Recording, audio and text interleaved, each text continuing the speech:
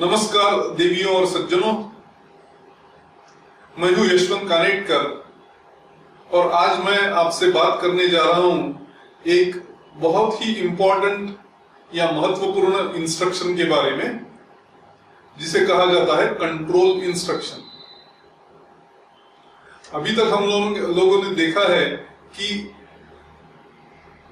मुख्य तौर से 3 प्रकार की इंस्ट्रक्शंस होती है।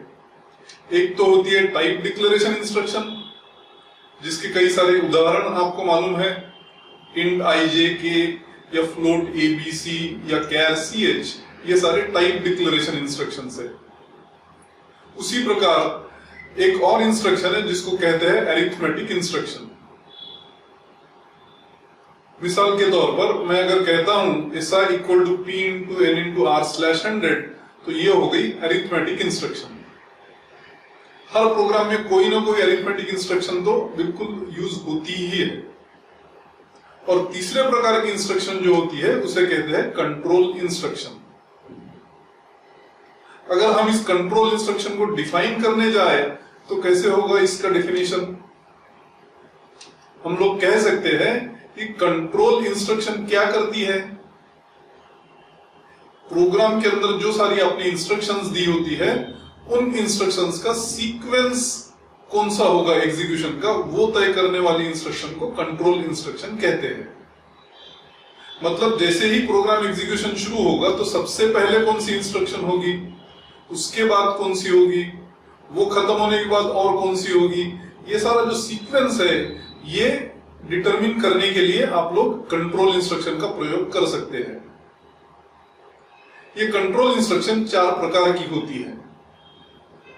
एक प्रकार होता है इसका सीक्वेंस कंट्रोल इंस्ट्रक्शन, फिर है डिसीजन कंट्रोल इंस्ट्रक्शन, तीसरा प्रकार है रिपीटिशन कंट्रोल इंस्ट्रक्शन और चौथे को कहते हैं केस कंट्रोल इंस्ट्रक्शन। हम लोग ये चारों का अभ्यास करेंगे, पर इस टाइम हम लोग सिर्फ सीक्वेंस कंट्रोल इंस्ट्रक्शन के बारे में बात करेंगे। अगर आप देखेंगे कि जितने प्रोग्राम आप अभी तक कर चुके हो तो हर प्रोग्राम में मोटे मोटे तौर से आपने इस सीक्वेंस में इंस्ट्रक्शंस लिखी थी। आप शुरुआत में लिखते हो #include stdio.h, उसके बाद लिखते हो int main, फिर आता है डिक्लेरेशन पार्ट जिसमें कुछ इंट डिक्लेयर करते हो, कुछ फ्लोट डिक्लेयर करते हो, कुछ कैर वेरिएबल्स भी आपने शायद डिक्लेयर किए होंगे। तो मेन के अंदर सबसे ऊपर रहता है डिक्लेरेशन स्टेटमेंट, मतलब टाइप डिक्लेरेशन स्टेटमेंट। फिर हम लोग प्रयोग करते हैं printf scanf इन फंक्शंस का। ये आपको मालूम है कि printf आउटपुट फंक्शन है और scanf इनपुट फंक्शन है। मतलब printf कुछ मैसेज प्रिंट करेगा और वो मैसेज के भरोसे यूजर डिटरमिन कर पाएगा कि अब मेरे को scanf को कौन सी वैल्यूज देनी है। तो scanf बन गया इनपुट फंक्शन।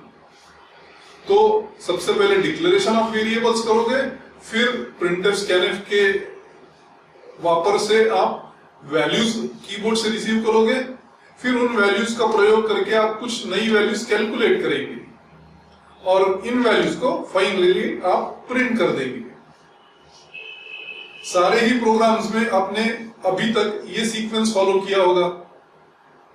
आप मान सकते हो कि इस केस में अगर मुझे scanf एग्जीक्यूट करना है तो वो scanf एग्जीक्यूशन करते समय उसके ऊपर का printf और उसके ऊपर के डिक्लेरेशंस उस समय तक एग्जीक्यूट हो चुके होंगे। उसी प्रकार अगर मेरे को b इक्वल टू ये इंस्ट्रक्शन एग्जीक्यूट करनी है तो उस समय तक उसके ऊपर जितनी भी इंस्ट्रक्शंस है वो सारी एग्जीक्यूट हो चुकी होंगी।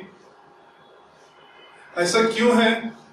क्योंकि इस प्रोग्राम में हम लोगों ने कहीं भी कंट्रोल इंस्ट्रक्शन स्पेसिफाई नहीं किया है, और जब भी हम इसे स्पेसिफाई नहीं करते हैं तो सीक्वेंशियली ये प्रोग्राम एग्जीक्यूट होता है। मतलब एक के बाद एक इंस्ट्रक्शंस एग्जीक्यूट होती है। इसका मतलब ही क्या? इसका मतलब यह है कि सीक्वेंस कंट्रोल इंस्ट्रक्शन ये डिफॉल्ट कंट्रोल इंस्ट्रक्शन होती है। जब भी हम बताते नहीं है कि कौन से सीक्वेंस में इंस्ट्रक्शंस एग्जीक्यूट हो, उस समय इंस्ट्रक्शंस कभी भी एक के बाद एक, पहले से लेकर के आखिरी तक इस सीक्वेंस में एग्जीक्यूट होगी। इसीलिए सीक्वेंस कंट्रोल इंस्ट्रक्शन, जैसे कि मैंने कहा, ये डिफॉल्ट कंट्रोल इंस्ट्रक्शन होती है।